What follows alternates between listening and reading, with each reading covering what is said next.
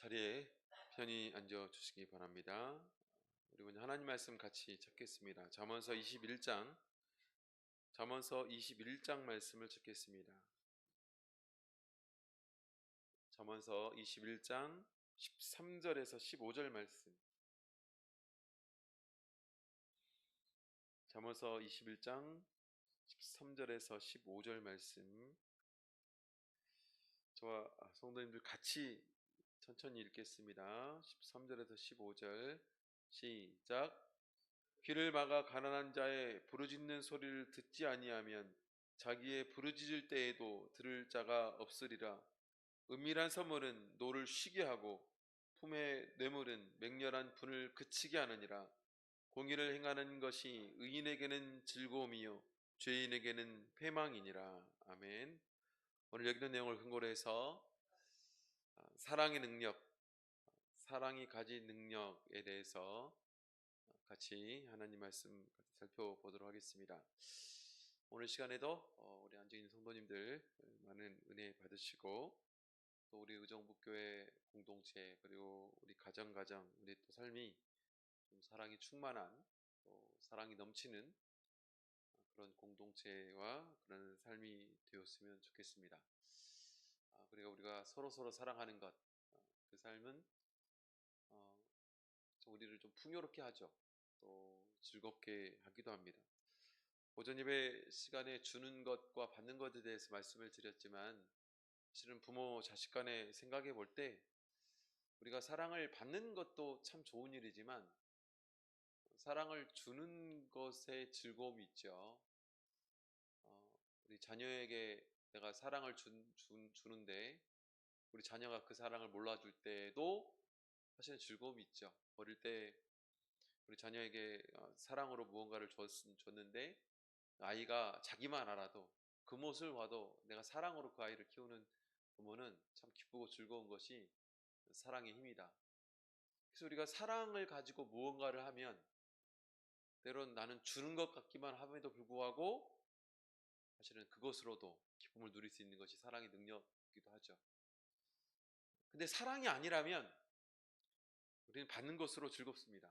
받는 것이 행복하고 받는 것이 좋죠. 받는 것만 좋을 수 있습니다. 그래서 이런 부분을 구분이 되는 게 내가 사랑을 함에도 불구하고 즐겁지 않다면 진짜 사랑이 아닐 수도 있겠죠. 그거에 대해서 우리 고민해 봐야 되겠죠. 진짜 사랑은 사실 줌으로 행복한 것이 사랑의 특징이잖아요. 줌으로 행복하다. 그래서 사랑의 힘이 어마어마하지 않습니까? 그래서 사랑의 힘이 커짐을 통해서 뭐 이런 만용에 가까운 뭐 말도 하죠. 저 하늘의 별이라도 따주겠다 라는 용기가 왜 나옵니까? 사실 사랑의 힘으로 나오는 거죠. 어찌 보면 만용이라고 할 수 있겠지만 생각해보면 하나님께서는 자기 목숨을 버리셨잖아요. 무엇 때문입니까? 하나님이 세상을 이처럼 사랑하사.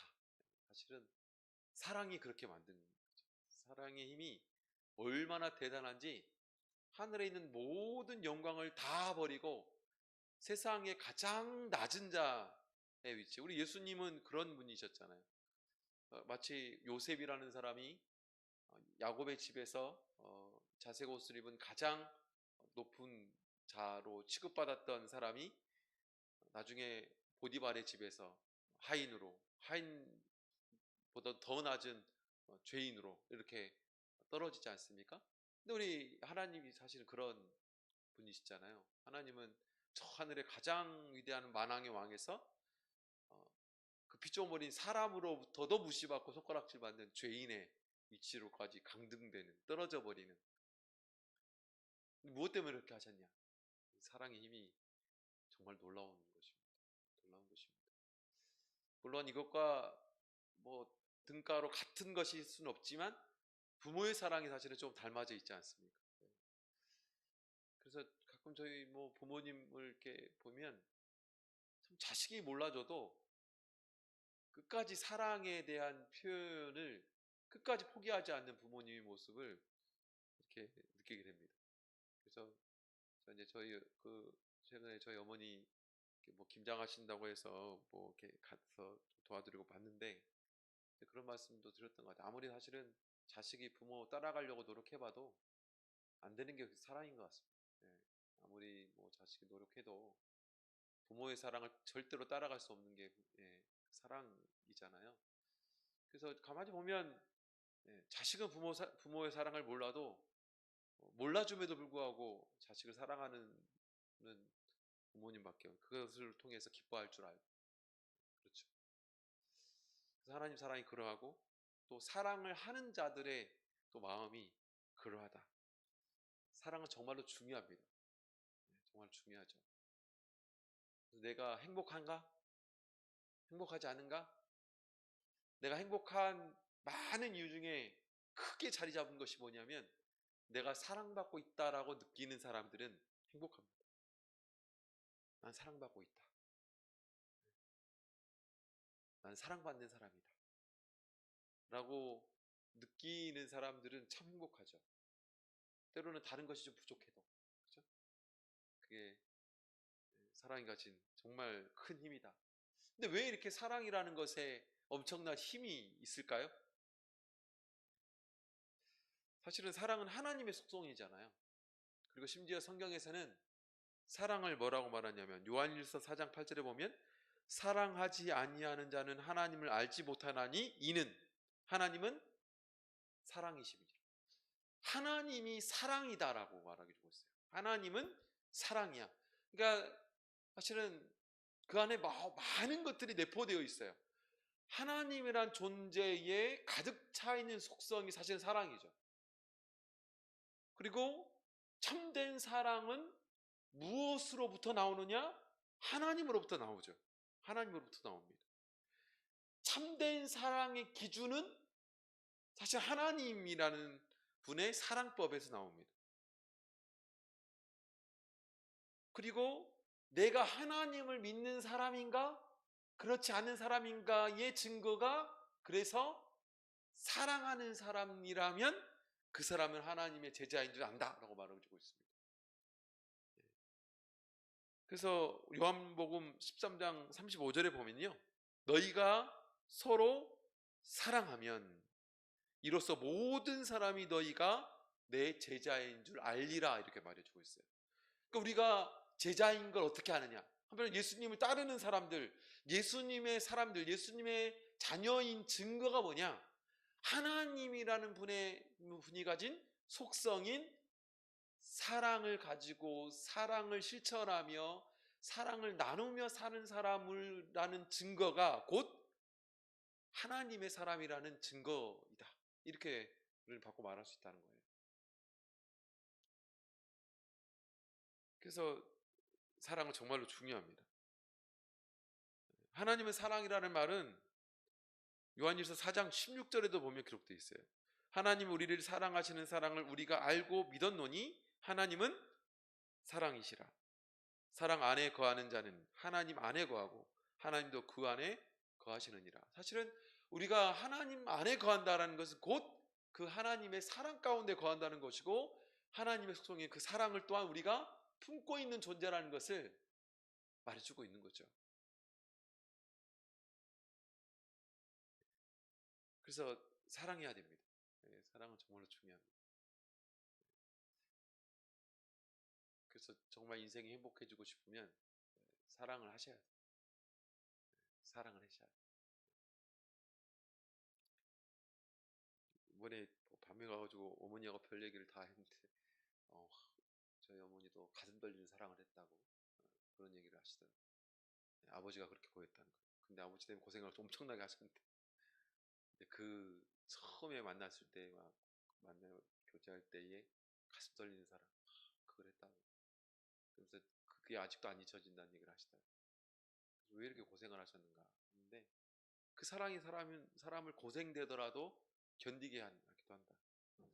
참 그래서 우리가 좀 이런 사랑을 서로 좀 나눌 줄 알고 사랑이 좀 이렇게 채워지는 풍요로운 가운데 있는 공동체는 참 행복할 수밖에 없습니다. 비록 그 공동체가 여러 가지 장애도 만나기도 하고 힘든 일도 만나기도 하지만 만약 그런 걸 만나더라도 그런다 할지라도 그걸 극복할 수 있는 힘은 서로를 향한 사랑이 충만할 때, 그건 사실은 아무 문제가 아니죠.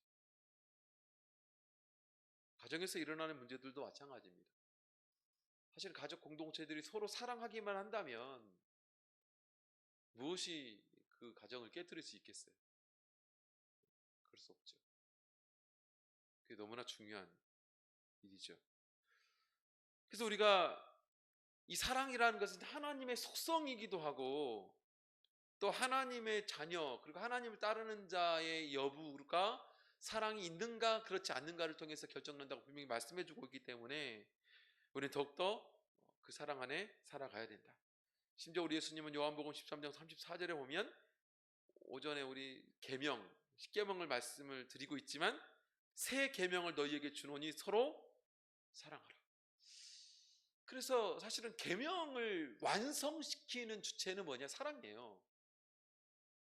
그게 지난 영은회 때도 우리 목사님 말씀하셨죠. 영은회 때 말씀하셨죠. 결국에 우리가 하나님 말씀대로 살아갈 수 있는 것도 내가 노력해봐야지, 힘써봐야지 라는 것은 한계가 있습니다. 근데 어떤 때 무한한 그 하나님 말씀대로 살 수 있는 힘이 나오느냐? 하나님을 사랑하는 그 마음, 그런 마음을 가지게 하죠. 그걸 이루게 만듭니다. 그게 정말로 중요해요. 그래서 내가 하나님을 사랑하기 때문에 하나님이 원하시고 바라시는 삶으로 살기 위해서 애쓰는 것처럼, 마치 부부의 사랑이 중요한 게 그런 거잖아요. 부부의 사랑이 식어지면 상대가 나를 따라오길 원합니다. 그렇죠. 그리고 안 따라오면 어떻게 합니까? 서운하죠. 왜 저 사람 나 안 들어주냐? 나 사랑한다면서 왜 안 해주는 거냐? 그러죠. 그럼 메말라지는 겁니다. 그러면 그 사이에 뭐가 생기는 거예요? 불신과 원망이 생기는 거예요. 근데 서로 사랑하는 마음이 있을 때는 그 사람이 원하고 바라는 것을 해주게 되어 있습니다. 저 사람이 바라는 게 뭔가? 저 사람에게 필요한 게 뭔가? 저 사람이 나에게 뭘 바라고 원하는가? 에 대해 관심이 있죠. 왜요? 사랑하니까. 그럼 저기서 맞춰주는 것이 당연합니다. 자연스러워요. 왜요? 사랑하니까요. 그것으로 행복합니다. 저 사람이 정말 바라는 것을 내가 해주는 것으로 정말 기뻐요. 즐거워요. 그게 사랑의 가진 특징이죠. 그런 공동체는 어떤 의무를 갖다 줘도 그것은 의무가 아니라 사랑으로 해냅니다. 그런데 거기에 사랑이 결여되면 그게 뭐만 남습니까? 의무만 남습니다. 아, 남편이 그러면 안 되는데, 아내가 그러면 안 되는데, 아내는 이렇게 해야 되고 남편이 이렇게 해야 되는데 왜 그렇게 하는 거야? 라는 의무만 남아요. 그 의무만 남은 곳에는 메마름이 있습니다. 무거운 짐만 있어요. 그게 지난 우리 영은회 때 우리 목자님이 말씀해 주신 그런 내용들의 좀 핵심적인 부분들이죠. 그걸 로마서에서도 이제 그런 부분 좀 다루고 있지만 어쨌든 그렇다는 겁니다. 그래서 이 사랑이라는 것이 정말로 중요하고, 우리 예수님도 또 성경의 많은 말씀들에도 가장 귀한 은사, 가장 소중한 신앙적 가치, 기독교를 한 단어로 표현한다면 사랑, 믿음, 소망, 사랑, 그 중에 제일은 사랑이다. 그렇게 말해주고 있는 거죠. 그래서 사랑이 하나님의 모든 말씀들과 율법들을 이루어냅니다. 그 가장 큰 그 증거가 예수님이 우리를 구원하시는 과정입니다. 예수님이 우리를 구원하시는 과정의 가장 핵심적인 것이 뭐냐? 하나님 우리를 사랑했다는 겁니다. 그걸 통해서 희생했다는 것이죠. 그게 정말로 중요하죠. 그래서 우리는 정말로 서로 사랑해야 됩니다. 요한복음 또 요한일서, 그래서 요한복음과 요한일서를 보면 정말로 많은 사랑에 대한 이야기를 정말로 많이 하고 있습니다. 그래서 요한의 별칭이 무슨 사도? 사랑의 사도라고 그래서 말하는 겁니다. 사랑의 사도 요한. 그래서 요한일서를 좀 많이 읽어보십시오. 마음이 막 따뜻해집니다. 또 우리는 또 그런 사람들이기도 하죠. 왜냐하면 우리는 하나님으로부터 사랑받는 사람들이기 때문에 그렇습니다. 그래서 오늘 이 사랑은 특별한 능력을 가지고 있는데 구체적으로 한번 한 세 가지 정도로 다시 한번 생각해 보면서 사랑이 가진 능력,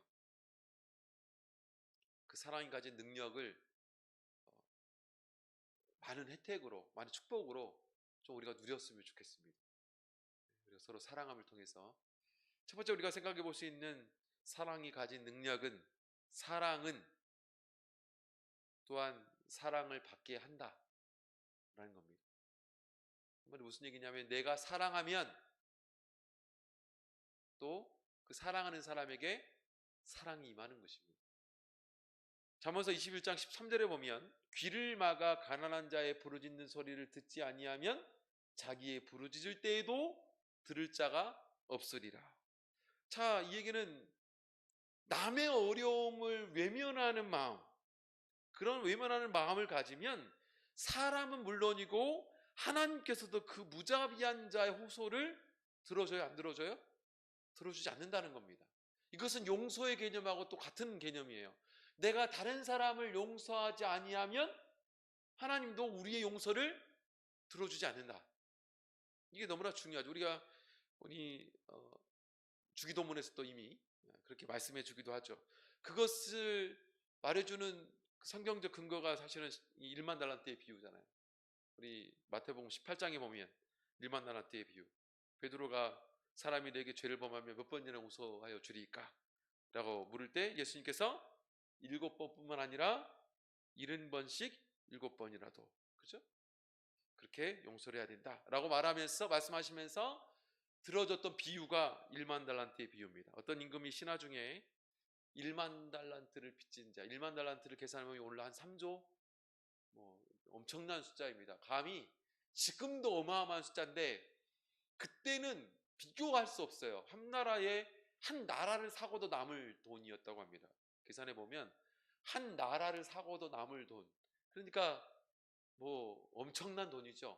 그 사람이 개인이 그걸 갚을 수 없어요. 그럴 수 없는 그 엄청난 금액, 그 1만 달란트를 빚진 자가 있는데 그 임금이 불쌍히 여겨서 그것을 다 탕감해 줍니다. 그런데 탕감받은 그 사람이 돌아가면서 자기에게 100데나리온, 그러니까 데나리온이라는 것은 사람이 하루 일을 하면 푹삭시예요. 하루에 10만 원 번다. 그러면 100데나리온이 얼마예요? 하루에 10만 원 벌어요. 그럼 100일을 일하는 거잖아. 그 얼마예요? 공을 몇 개 붙여야 돼요? 1000만 원이에요? 1000만 원이라고 계산해보죠. 그죠? 1000만 원. 3조 원하고 1000만 원하고 비교됩니까? 근데 자기한테 한마디로 1000만 원 빚진 자가 있더라는 거예요. 근데 그 사람한테 무자비하게 그걸 갚으라고 하고 갚지 않으니까 어떻게 합니까? 바로 옥에 가둬버립니다.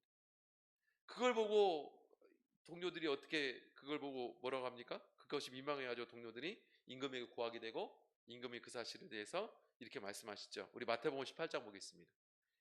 마태복음 18장 32절부터 33절.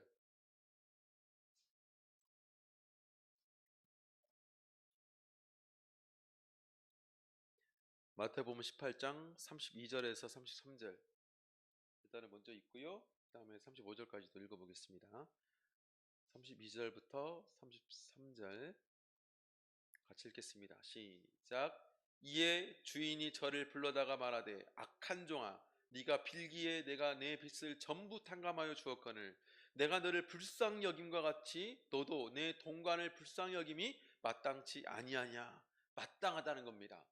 하나님의 긍휼을 입은 사람이 사람을 긍휼히 여기는 것이 마땅하잖아요. 하나님의 사랑을 입은 사람이 사람을 사랑하는 것은 마땅하잖아요. 하나님으로 용서받은 사람이 사람을 용서하는 것은 마땅하지 아니하냐, 이렇게 말씀해주고 있는 거예요. 그래서 그렇지 못할 때 마태복음 18장 34절 35절을 보면 이렇게 말하고 있습니다. 주인이 노하여 그 빚을 다 갚도록 저를 옥졸들에게 붙이니라. 너희가 각각 중심으로 형제를 용서하지 아니하면 내 천부께서도 너희에게 이와 같이 하시리라. 사랑하는 사람들에겐 그래 마땅하지 라고 여겨지는 말씀이죠. 그 빚을 다 갚도록 저를 옥졸들에게 넘겼다. 너희가 각각 중심으로 형제를 용서하지 아니하면 내 천부께서도 너희에게 이와 같이 하시리라. 사실 우리가 형제를 용서하는 그런 마음, 또 형제를 그 사랑하는 마음이 그러합니다. 그래서 이걸 조금 반대로 생각해 보면 우리가 형제를 사랑하고 그 사랑하는 사람들, 사랑하는 그 마음의 힘이 뭐냐? 사실 하나님의 사랑을 받는 사람들은 그런 힘을 가지고 있는 거예요.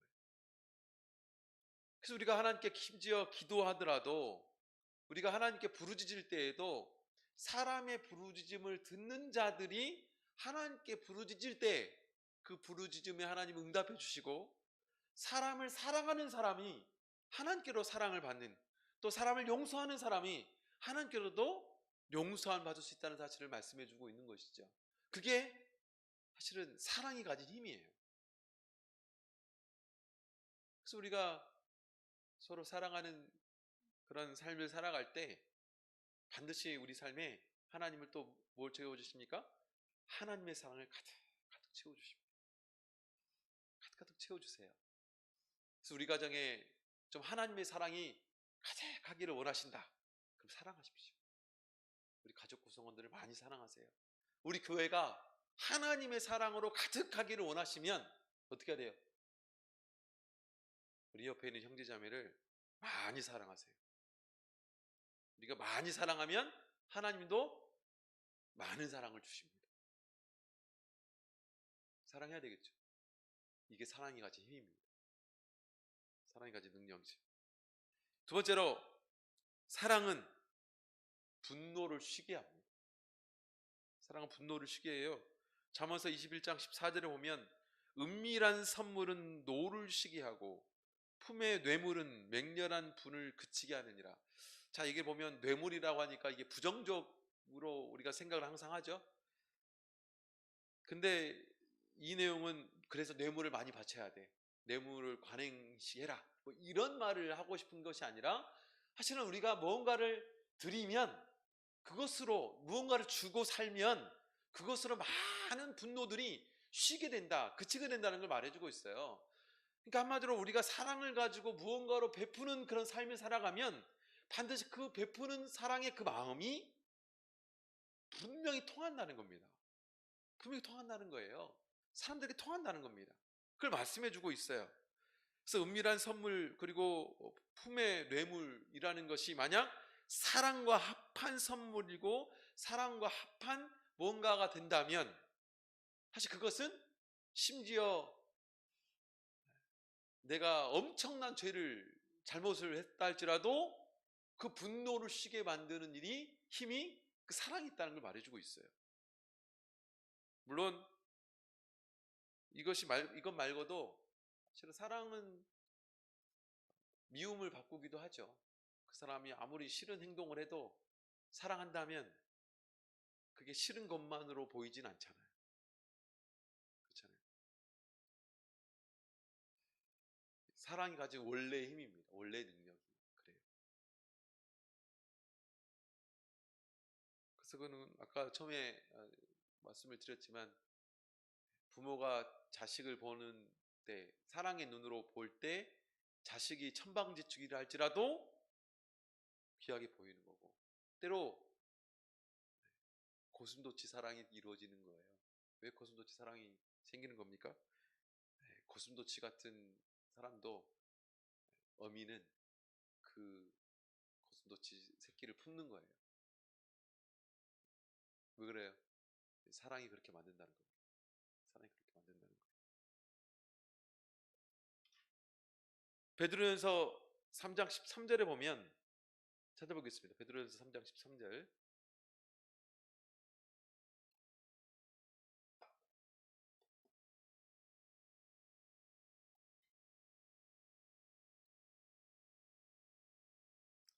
베드로전서 3장 13절 같이 읽어보겠습니다. 시작.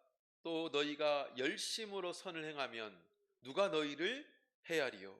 16절 말씀을 읽겠습니다. 16절 베드로전서 3장 16절 시작. 선한 양심을 가지라. 이는 그리스도 안에 있는 너희의 선행을 욕하는 자들로 그 비방하는 일에 부끄러움을 당하게 하려 함이라. 우리가 열심으로 선을 행하면 누구도 그거에 대해서 사실은 말을 할 수가 없다는 거예요. 우리가 선행을 행하는 그런 삶을 살아가면 오히려 그런 사람을 욕하는 사람이 오히려 이 부끄러움을 당하게 된다라는 겁니다. 그러니까 우리가 사랑하는 그 삶을 살아가면 어떤 것도 사실은 그 사랑하는 사람을 비방할 수 없어요. 오히려 오늘 본문 말씀처럼 분을 그치게 만들죠.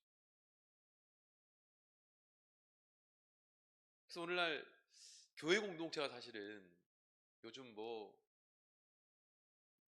뉴스마다 엄청나게 욕을 많이 먹잖아요. 그죠?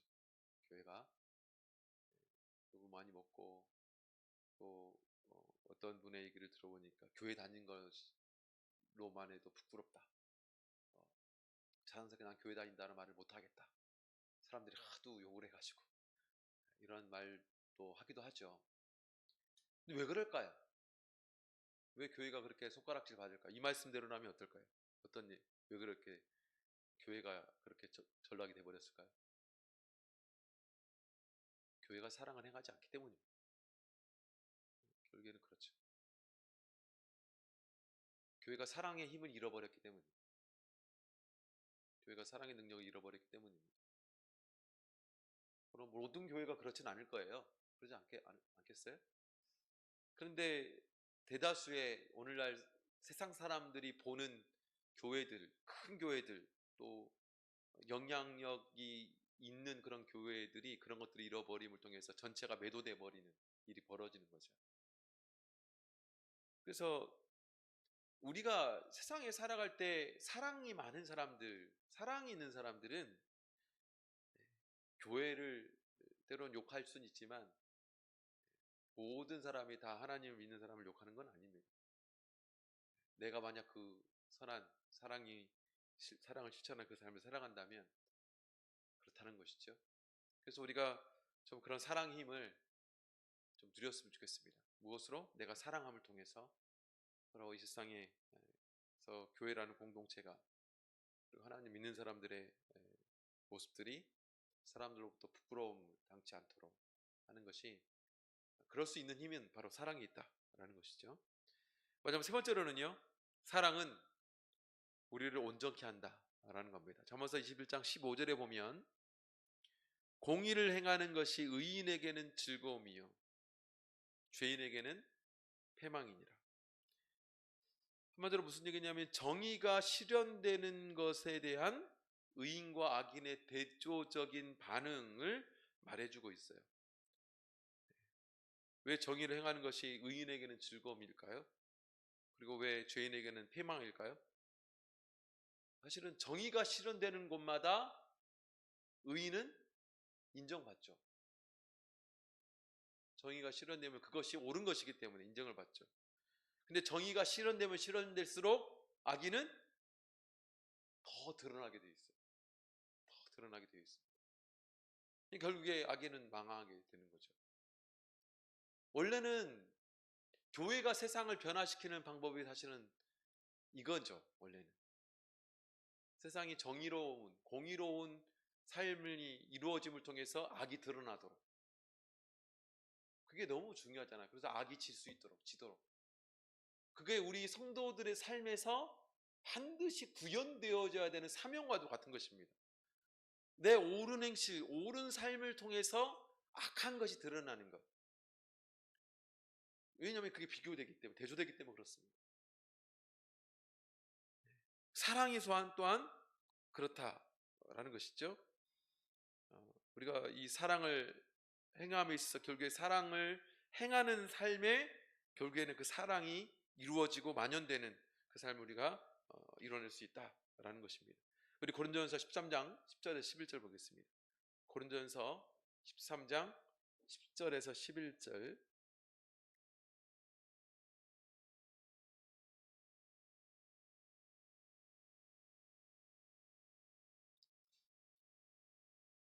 고린도전서 13장은 다 아시는 것처럼 사랑장입니다. 사랑에 대해서 소개해주고 있어요.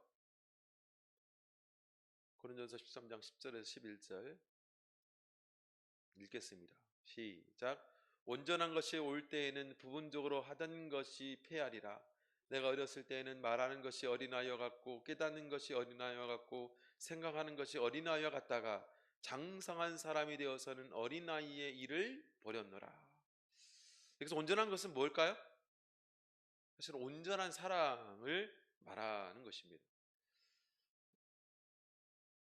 그래서 온전한 사랑이 구현될 때 때로 어렵고 또 어린아이 같고 이런 깨닫는 것이나 생각하는 것이 어린아이 같은 그런 삶에서 사랑이 완전해지면 사실은 그것이 온전하게 그 모든 것들이 다 드러나게 되어 있다라는 것에 대해서 말씀해 주고 있죠. 그래서 우리가 사랑하는 사람만큼 온전한 사람이 없습니다. 그래서 교회에서 만약 사랑하는 사람만 있다면 그 교회는 진짜 온전한 공동체가 될 겁니다. 한번 상상해 보세요. 우리 교회의 모든 성도들이 서로 사랑하는 마음만 있습니다. 그럼 교회는 진짜 완전할 겁니다. 얼마나 좋겠습니까? 그런 교회를 꿈꾸셔야 됩니다. 그런 교회를 누가 제일 원하실까요?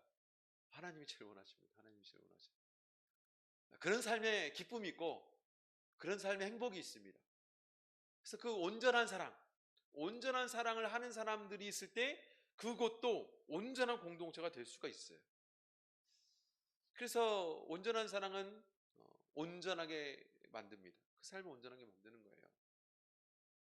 저렇 바라기는 우리 교회 공동체가 또 우리의 삶이 그런 온전한 사랑이 되어서 우리로 더욱더 장성한 그런 분량에 이르게 하는 그런 온전함을 이루어 줄 수 있기를 간절히 원합니다. 오늘 시간에 이 사랑에 대해서 말씀 몇 가지 같이 나눴는데요. 이거 외에도 물론 사랑이 가진 능력과 또 힘이 참 많죠. 우리 교회가 사랑의 공동체가 된다면 어떤 능력과 어떤 힘보다 가장 위대한 힘을 가진 것입니다. 그것만 있다면 우리 하나님께서도 이 교회에 어떤 것도 주지 않을 게 없습니다. 그게 바로 교회를 향해서 하나님께서 원하시는 것이기 때문에 또한 그러한 것이죠. 하나님은 사랑이십니다. 그 사랑의 속성을 가진 우리 하나님을 믿는 우리는 마땅히 그 사랑을 실천함을 통해서 우리가 하나님의 자녀인 것을, 그리고 하나님을 따르는 우리인 것을 나타내야 된다고 분명히 말씀해 주고 있습니다. 모쪼록 앉아 계신 성도님들 서로 사랑하심을 통해서 어떻게 하면 우리 교회가 더욱더 온전할 것인지, 2020년은 뭐 눈 깜짝할 사이에 다 지나가고 이제 한 달 남았으면 한 달을 사랑으로 잘 마무리하시고 2021년은 더욱더 우리 교회가 좀 사랑이 넘치고 사랑이 가득한 우리 성도들의 표정과 또 행동만 봐도 사랑이 뚝뚝 떨어지는 그런 즐거움과 기쁨이 내년에는 좀 많이 보여 나갔으면 좋겠습니다. 물론 지금도 많은 사랑이 우리 안에 있지만 더욱더 온전함으로 서로 사랑할 수 있기를, 또 그 사랑의 능력이 우리 안에 넘쳐나기를 예수 그리스도 이름으로 축원드립니다. 같이 찬송가 415장 찬송하겠습니다.